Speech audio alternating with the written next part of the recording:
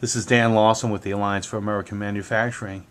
I'm back in Eufaula, Alabama today, and I am with Pastor Bush in Eufaula at the Baptist Church. And how are you today, sir? I'm doing fine, thank you. And how long have you been pastor here? Next week will be 30 years. That's incredible. That's great longevity. Over those 30 years, you've probably seen a lot of not only changes in the town, but also in your parish. That's correct. And as far as jobs, the availability of jobs, have you seen a lot of manufacturing industry leave the area? Yes. For a while, we had a couple of major companies that were doing extremely well. But then a few years ago, the economy hit, and things happened. Several of the upper management folks lost their positions and literally had to move out of the state to find a comparable position. So it impacted our community and our church a great deal. And the people that had those jobs, the manufacturing jobs, what did they have to do to provide for their families? Well, in order to provide a comparable way of life, they had to leave our community to find another job, which hurt our school system because these folks were committed to the schools. They were involved in churches. They were involved in the community. They came to make Eufaula a better place. And so when they had to leave, we lost a lot more than just a person who had to find another job. Because the impact embraces the whole family when something happens like that, when someone loses a job. Did you find yourself having to provide more services to the people that were left for counseling and things of that nature?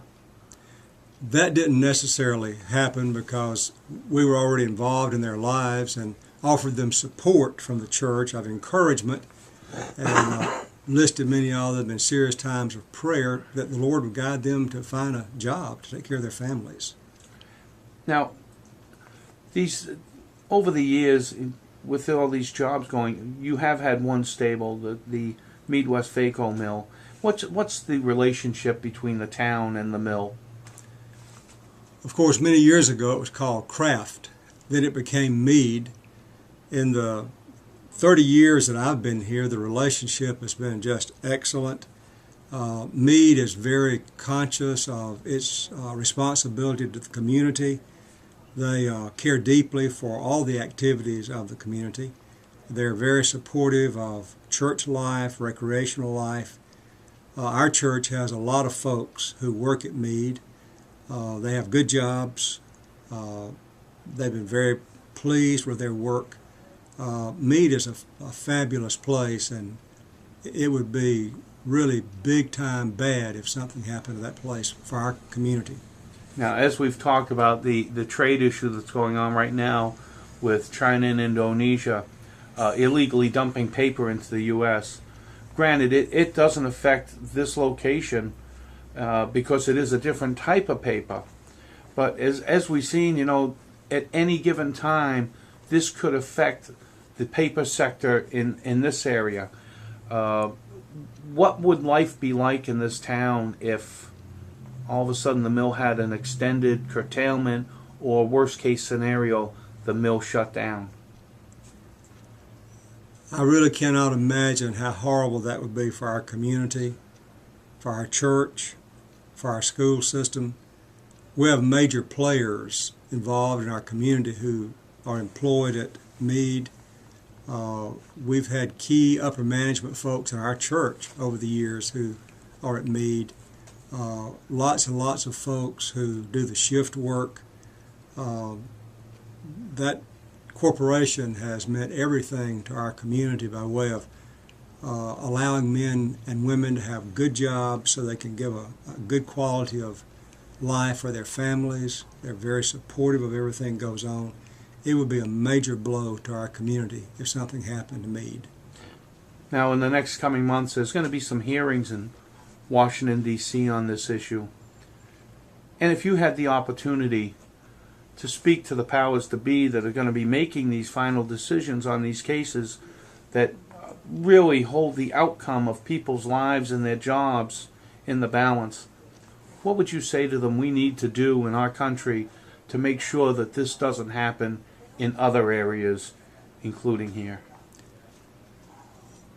In fact, I saw this very thing happen to a large company in our community. A company outside our nation purchased a company here in town that employed a lot of folks. Folks in another country sitting in a boardroom made decisions that impacted families here. A lot of folks lost their jobs because, frankly, the only thing they cared about was the bottom line. They had no interest whatsoever in people. If I could speak personally with someone in those positions of decision making, go to small town USA. Go into those plants and realize that there are human beings working there who are providing for their families and trying to survive. Don't ever make a decision sitting in a boardroom isolated from the real world, but go into small town USA and get to know the real people that make our country the great country that it is. Pastor Bush, I really appreciate you taking time out of your day, and I can't tell you how much it means that you would speak to us on this. My privilege. And we look at the clergy as some of the main leadership in their communities, and I just can't thank you enough. Thank you, sir. My privilege. Thank you. Thank you.